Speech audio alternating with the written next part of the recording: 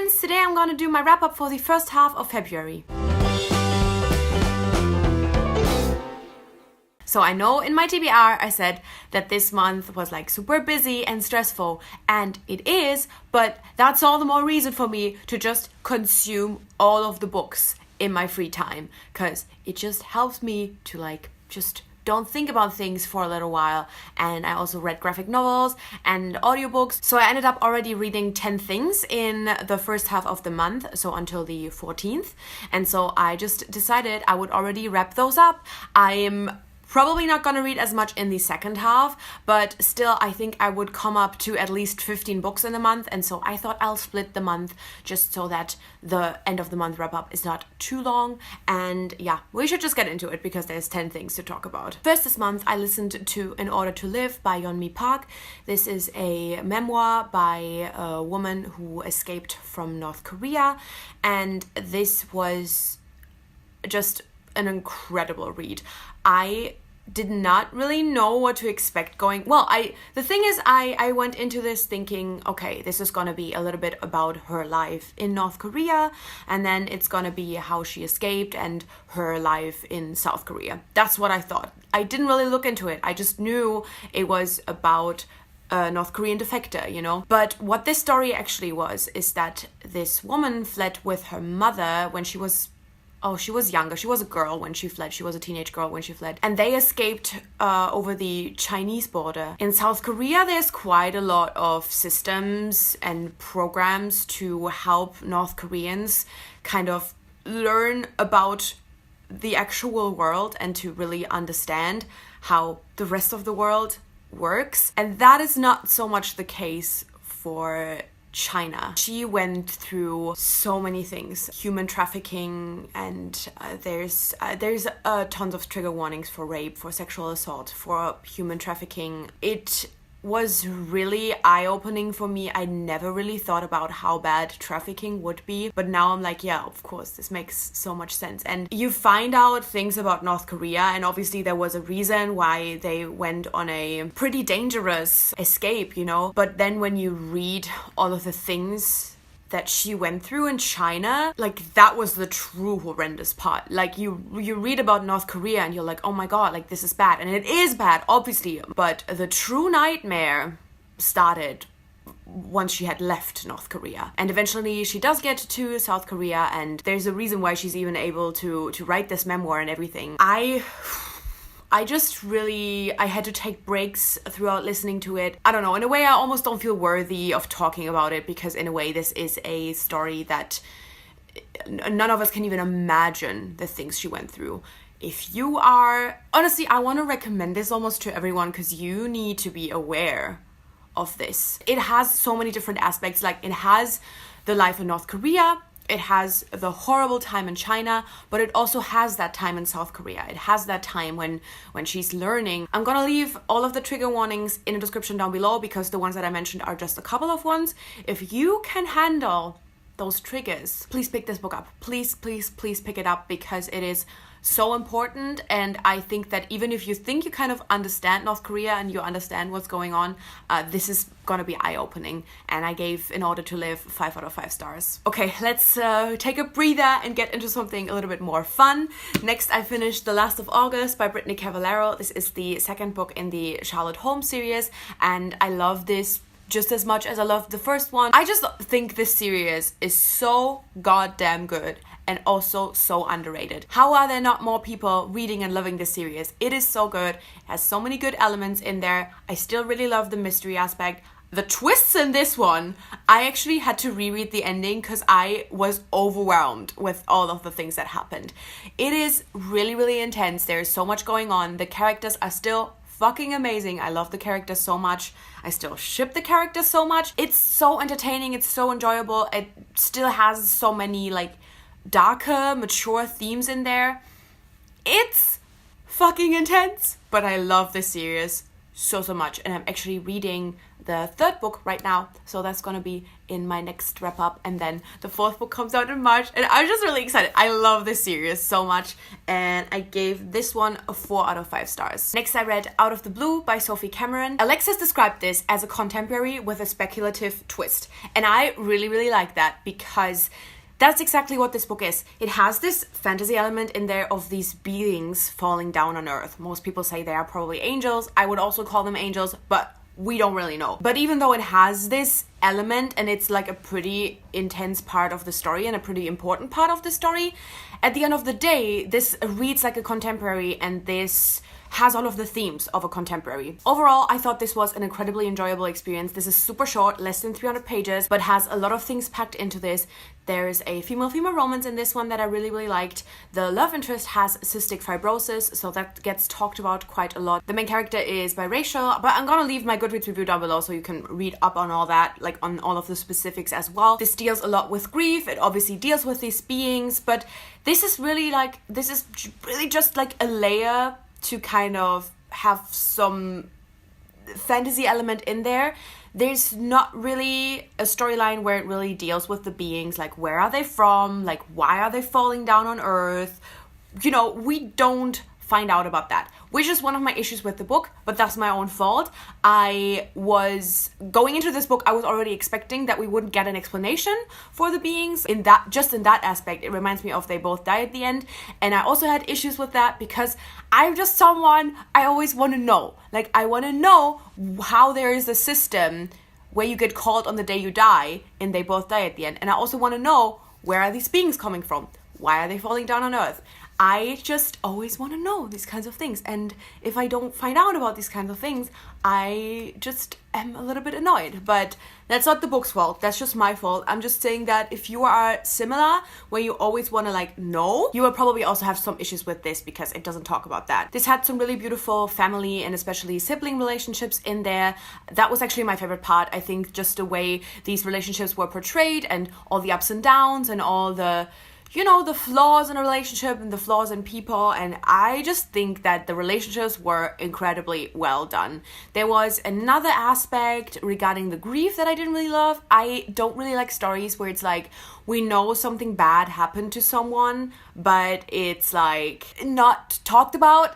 Like, I know this has to do with trauma, I get that, but I am just never a fan of when we just know this character is struggling and there's this memory and something really bad happened, but we don't know what happened, and then it gets revealed at the end, and I'm just like, just want to know what happened. And there's just a lot of things that I struggled in this novel with that I know are just my own issues, that are not the novel's fault. It's nothing that the novel is not doing well. It's just that I struggle with these things, and that's another aspect. As I said, I know this comes down to trauma and everything, but I just don't like it. But overall, as I said, still a super enjoyable, entertaining read, and I gave it 3.5 out of 5 stars. Next, I read A Princess in Theory by Alyssa Cole, which I really loved, which I was not expecting. I obviously expected, I listened to the audio, by the way, and it is narrated by Karen Chilton, who was fucking amazing. Love her narration. And I listened to some other audiobooks narrated by her, and I just loved her, so highly recommend the audiobook. And I would obviously not have picked this up if I didn't think I would enjoy it, but I didn't think that I would be so invested in it. I cared so much about the characters, I cared so much about the storyline, and everything about it was just incredibly well done. The fact that Alyssa Cole did such a great job having really sexy scenes in there and just having that kind of sexual tension, and it's adult, so it's there, it's very much there, but then still have it also be really romantic. It was just the perfect mix, the perfect balance. And then even though this is contemporary, it had this kind of modern fairy tale aspect, because it is about this prince and about this girl finding out that she's actually royalty and she's supposed to marry this prince. And I think that's why I loved it so much, because it's not just your normal adult romance, but it had this kind of modern fairy tale aspect in it, and I think that's what really got me about it. I think that's why I was enjoying it so much. It's also really fucking funny but also deals with so many real issues. Like I cannot with Alyssa Cole. This is just so good. Just so many things in there. I just really had such a good time reading this, and I gave A Princess in Theory 4 out of 5 stars. And then because I loved that one so much, I obviously had to continue the series, and then I read A Duke by Default. It didn't even take like 15% for me to realize that I love this one even more. This is about a woman who's going to Scotland to do an apprenticeship with a swordsmith. And there's romance and some good sexy times. Oh my God. I love this so much. Again, funny. Even funnier than the first one. Like literally at least 15 actual laugh out loud moments. And I mean laugh out loud moments. I mean like I was cooking, listening to this audiobook, and I had to stop what I'm doing to just laugh a lot. I love the romance in this one even more. Both characters are fantastic. I love them both. And they just, the whole development. And then there was one scene in particular regarding the sexy times that there was some good shit in there. It was just sexy all around and just so well done. I'm losing my shit over this book because, again, obviously, especially reading the first one and really loving the first one, I was like, oh, I'm sure I'm gonna love this one too. But then I loved it so much that it's actually one of my favorite books of the year. Can you believe that? Because I cannot. And it's so early in the year, you know, but I'm sure that it's gonna end up on that list at the end of the year.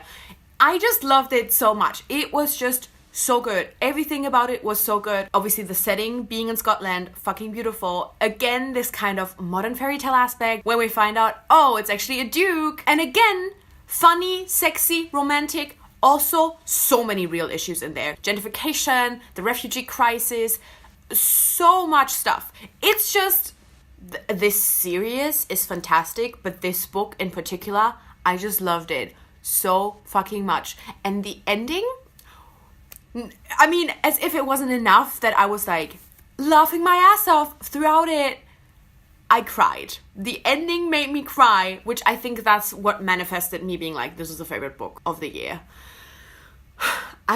I love this so much. And I think that if you're like maybe trying to get into adult romance, that these are actually really good first books to read in that genre. Because I think, as I said, I think it's just a really good mix of like sexy and romantic, and the sex scenes are just incredibly well done, but there's not too many. Everything about this is the perfect balance. So I feel like if you want to get into the genre, these are probably really good books to start with. That's very much what I felt like. I felt very comfortable in this, even though I usually don't read that genre. So yeah, I just loved it so much. Gave it 5 out of 5 stars, obviously. And then I read Once Ghosted, Twice Shy, which is a novella in this series. This was the book that was on my TBR. This was the book that I had planned to read for Contemporary-A-Thon and for FF February Reads. But then I was like, you know what? I might as well listen to the other books. And thank God that I did.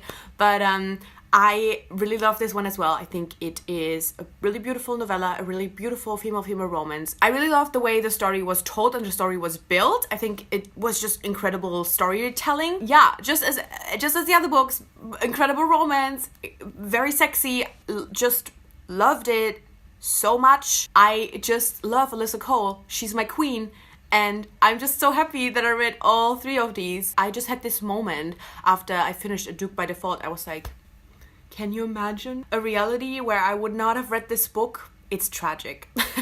But yeah, I gave Once Ghosted, Twice Shy 4 out of 5 stars. Then I read We Set the Dark on Fire by Taylor K. Mejia. This is an arc, and this book comes out on February 26th. And I just did a full video review for this on Friday, so I'm gonna leave a link to that in the description and in the info card, so you can check out my full thoughts about this novel. Overall, I thought it was enjoyable, it was entertaining, it was definitely a breath of fresh air that makes me have hope in bringing dystopian as a genre back, because this is kind of a YA dystopian fantasy, and this just really made me think like, why, I mean, I get why dystopian is not so popular, because the world is dystopian enough as it is, but at the same time, this novel just made me realize how important dystopian would be in exactly this time.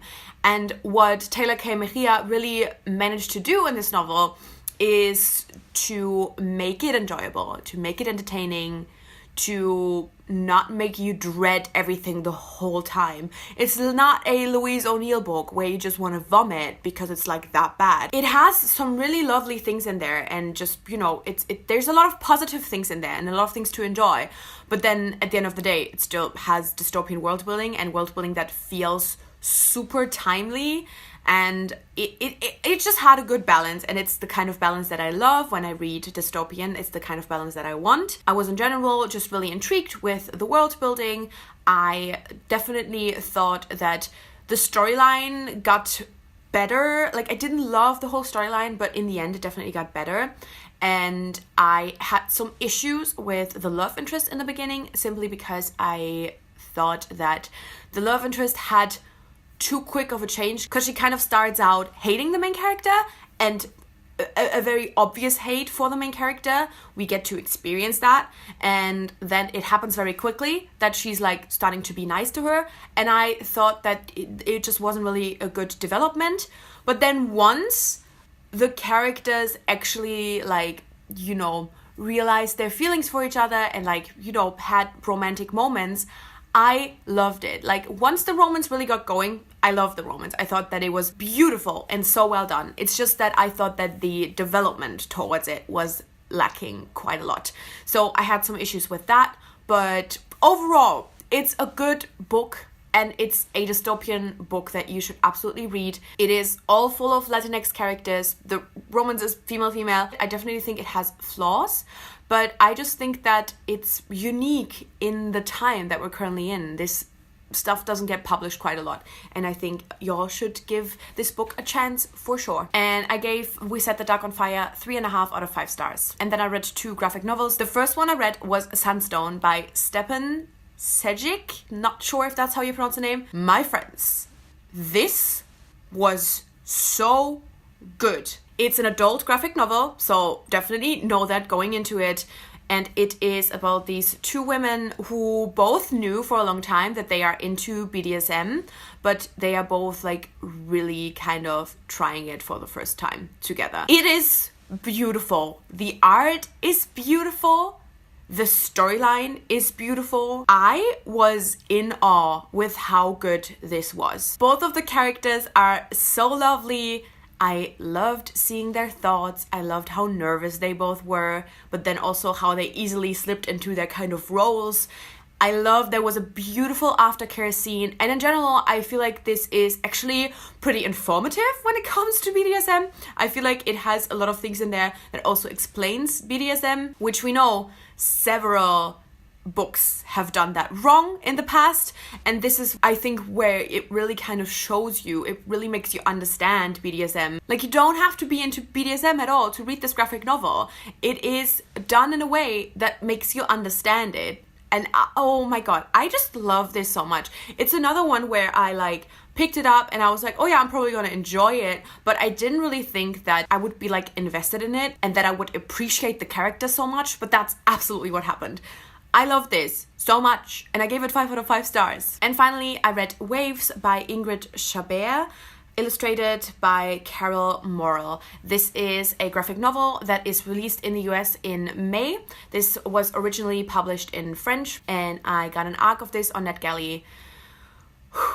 This was quite the intense graphic novel. It is about a female-female couple, and they've been wanting to have a child for a little while. And then when the woman does finally get pregnant, she has a miscarriage. And oh, I could just cry because I basically just finished it. I'm filming this on Friday the 15th, and I just finished it yesterday. It was incredible, just incredibly well done. And while it is a contemporary story, it has these images in there to describe what's going on inside, how the characters feel, with just this absolutely beautiful art and this beautiful imagery. It was... I have not yet processed this enough to really talk about it, but it's really intense. I would say if you have experienced something like this, you might want to be careful going into it, because I do not have any experience with this, and it broke me. And so I think that this is probably, I think it can be a healing read for sure, but I also think that depending on how you deal with things, it can just be really, really hard to read. And it is really hard to read. Whatever you went through or didn't go through, it's hard to read. But I think you just have to be careful if you have gone through something like this. I don't even know how to talk about this. It's another one where I almost feel not worthy talking about it, but it was beautiful. It was incredibly sad. It was heartbreaking, but it was also hopeful. It's about that whole journey and how devastating it is, but it is also how to continue living life after experiencing something like this. And so it just had these two sides. Like, in general, even the scenes that were horrible, they were still beautiful because it has just this beautiful art with it. And I don't even know. I just thought it was just beautiful. I'm just speechless because I thought it was just incredibly well done. And I know that this is from the author's own experience, or at least inspired by her own experience. And so I think you could definitely tell that. That was, yeah, you could feel that. It was coming through the pages. I don't know. It was just so, it was so intense. And I think it is, in a way, definitely also something that I would want to give to a lot of people to get a glimpse of what this must feel like. I don't think that there is a way to really understand what this feels like if you haven't experienced it yourself, but it is a good way to understand it as good as possible without having the experience yourself. Yeah, okay, I'm gonna stop now, but it was beautiful, wonderful, sad and hopeful, all the things. Brilliantly done. Absolutely brilliantly done. And I gave it 5 out of 5 stars. So yeah, that is everything that I read in the first half of February. I really hope that the second half will go just as well. But I think with audiobooks and graphic novels, I think I'm still going to be on a pretty good way. And just trying to not lose my mind with everything that's going on in the month. And books are what's helping me with that. So I really appreciated them in the first half, and I hope to do just as well in the second half. Let me know how your reading month is going so far. Let me know your thoughts on any of the books that I have read, if you also read them or if you want to read them. And yeah, I'm making videos every Wednesday and Sunday with occasional reviews on Friday, so click subscribe to never miss anything and hit the little bell so you get notified as well. And thank you so much for watching. I guess I'll see you soon. Bye!